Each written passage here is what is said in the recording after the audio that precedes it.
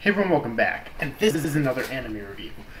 Another anime that recently ended for the spring season of anime that I watched. There was a lot of them this season, and there's going to be a lot of them during the summer season too. A lot more, actually. But this is... Actually, no, this was actually from the winter, never mind. Which ran into the spring. This is Nobunaga the Fool. Yes, an anime that most people really liked when it started, but it got a lot of hate later on. I personally really enjoyed it all the way through. Okay, it's an original anime series. I mean, there was a stage play, but there's like, no like manga or light novel or video game or visual novel, or anything like that that it's based off of. Alright, it was directed by Ichi Sato and written by Soji Kawamori, and the music's by Masaru Yokoyama, and it's by Studio Statelight.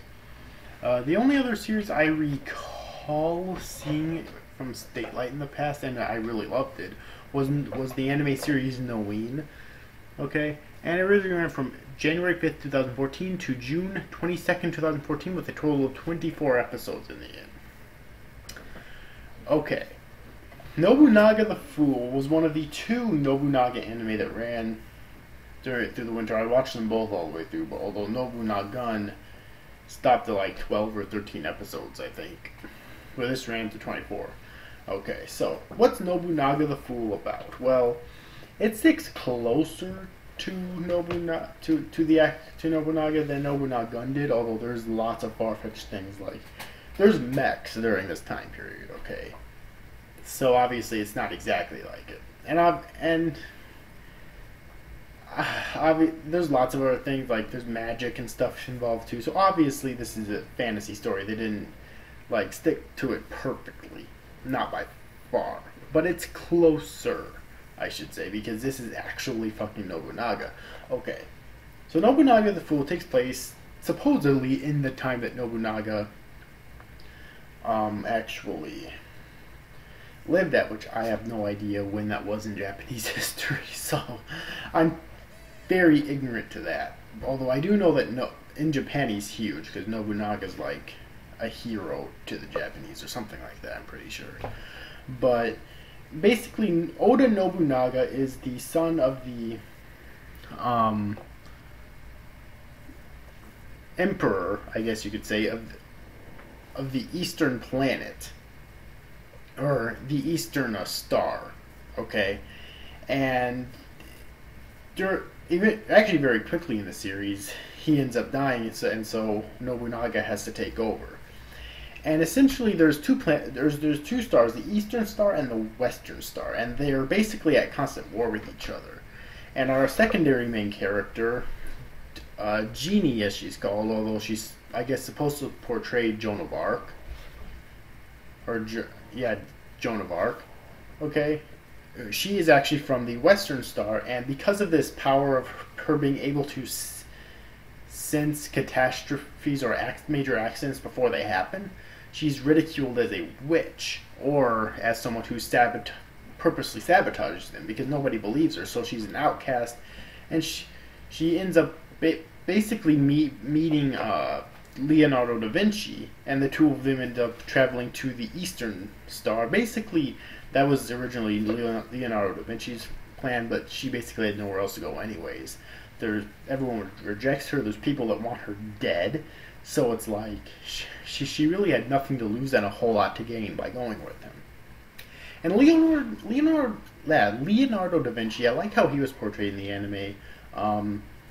He's a masterful artist, just like he was in real life, and I just really enjoyed how he was portrayed in the anime because of that. Like, his paintings I think are really good, but was Leonardo da Vinci Japanese? I don't think he was. So it's kind of weird that he's in here with Nobunaga, but whatever, I'm not complaining, it was still enjoyable.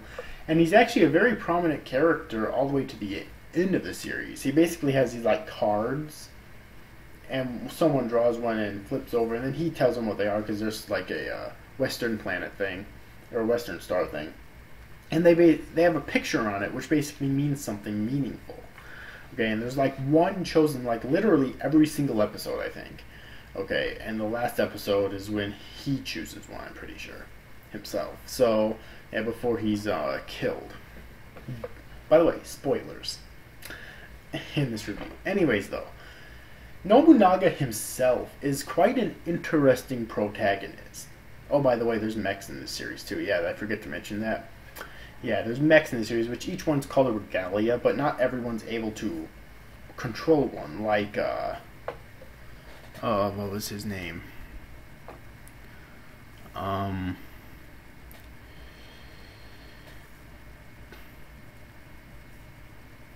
damn it. Well, anyways, though, basically Nobunaga's best friend can't actually control one, although we do learn why in the last episode he's unable to control one. But not everyone can. Alright, but Nobunaga can, obviously, because he's the main character, and he calls his the Fool. Yeah, I know, right? Kind of lame. Right there, I have to admit. Okay. He's an interesting protagonist because he's not your generic cookie-cutter protagonist. Okay, male protagonist. Okay, he's really not. He has some sense of justice, but he doesn't go by the rules that everyone else lays out for him. And he's very much a rebel. Now, that could be because he's a teenager. Actually, is he a teenager in the series? I don't think so. I think he might be in his 20s, but either way, he's still fairly young, though maybe that's why. But regardless of that, though, like, he's willing to do whatever, almost whatever it takes to get what he wants, and basically unite heaven and earth, as he says.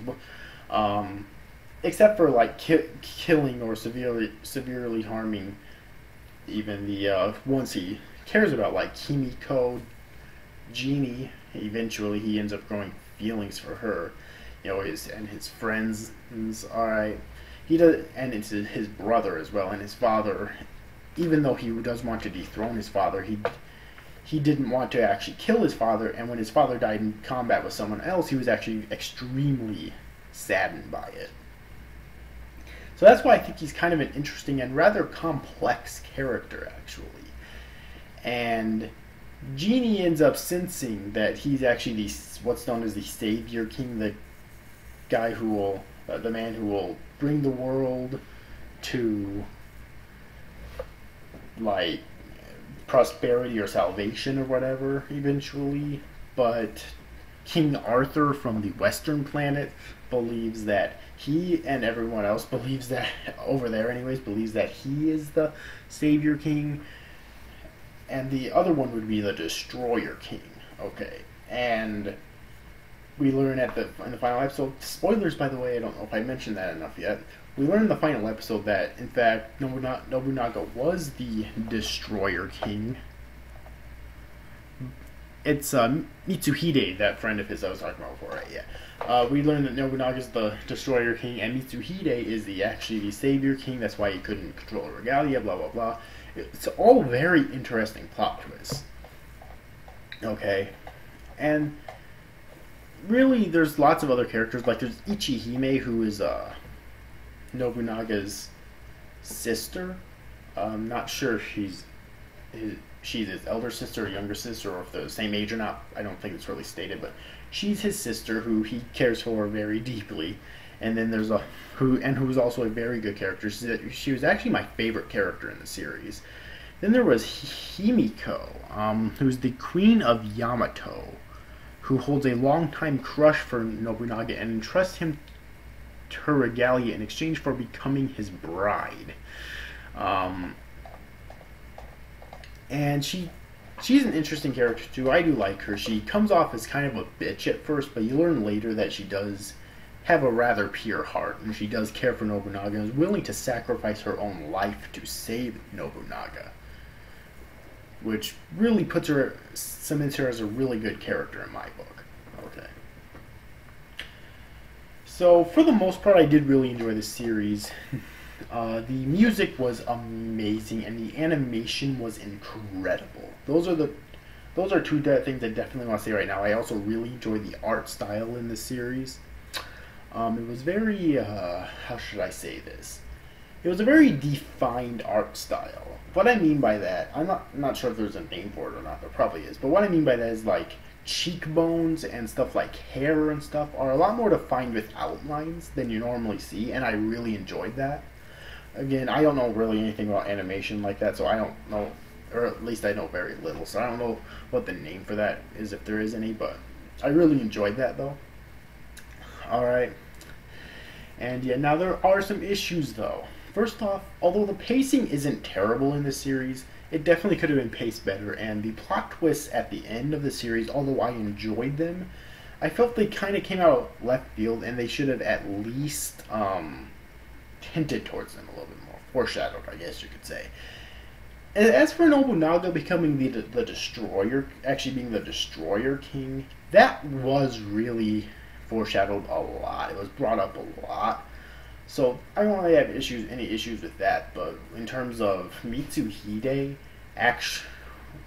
actually being the savior king, and King Arthur being neither the destroyer king or the savior king, I really felt those two things should have been foreshadowed more, and they really weren't. Like, Mitsuhide's always had a really big part in the plot. I mean, he freaking, after the death of the Oda's father, he actually killed, sniped Nobunaga's little brother, Nobukatsu, because Nobukatsu would have been the one, for some reason, to ascend to the throne, and Mitsuhide realized that because of Nobukatsu's pure heart and how innocent he was, if he were to ascend to the throne, the Odas would basically be finished. And Nobunaga, despite the fact that he did love the world around him, he was still a warrior at heart. Nobukatsu wasn't.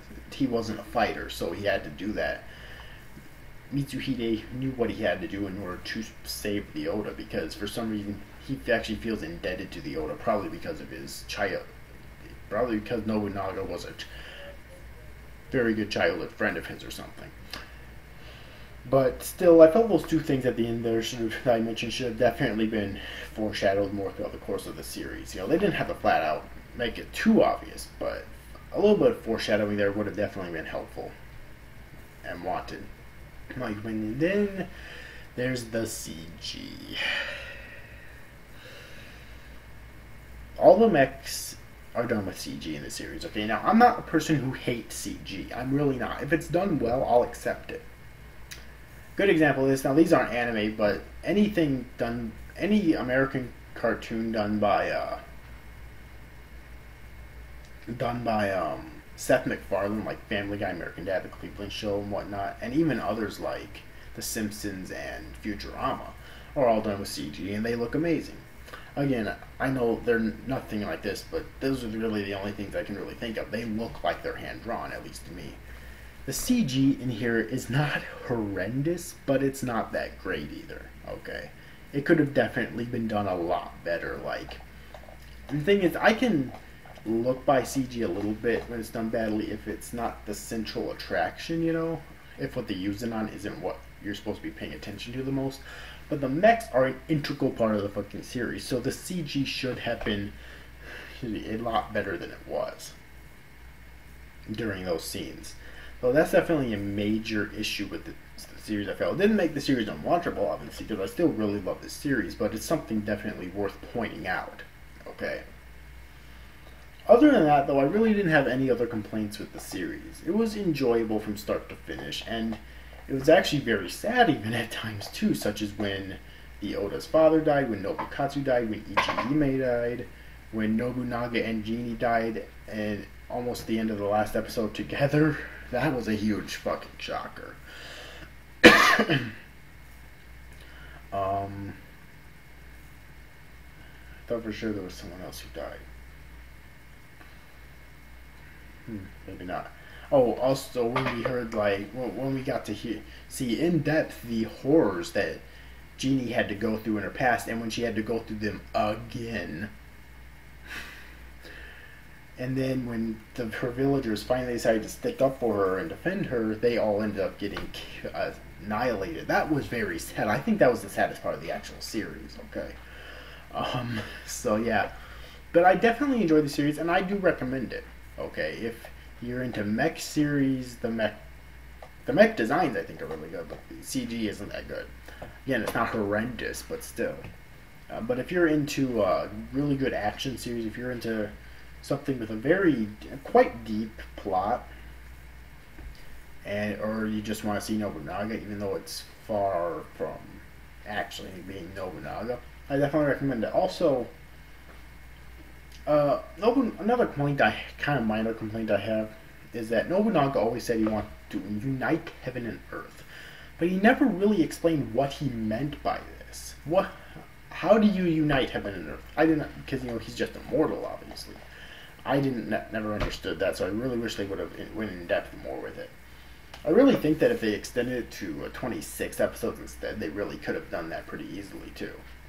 Okay, but anyways, though, overall, I'm gonna pretty much end this review here. Though I definitely enjoyed it, and I recommend it. So yes, but anyways, overall, hope you enjoyed this review, guys. See you after, guys. Thanks for watching. Bye bye.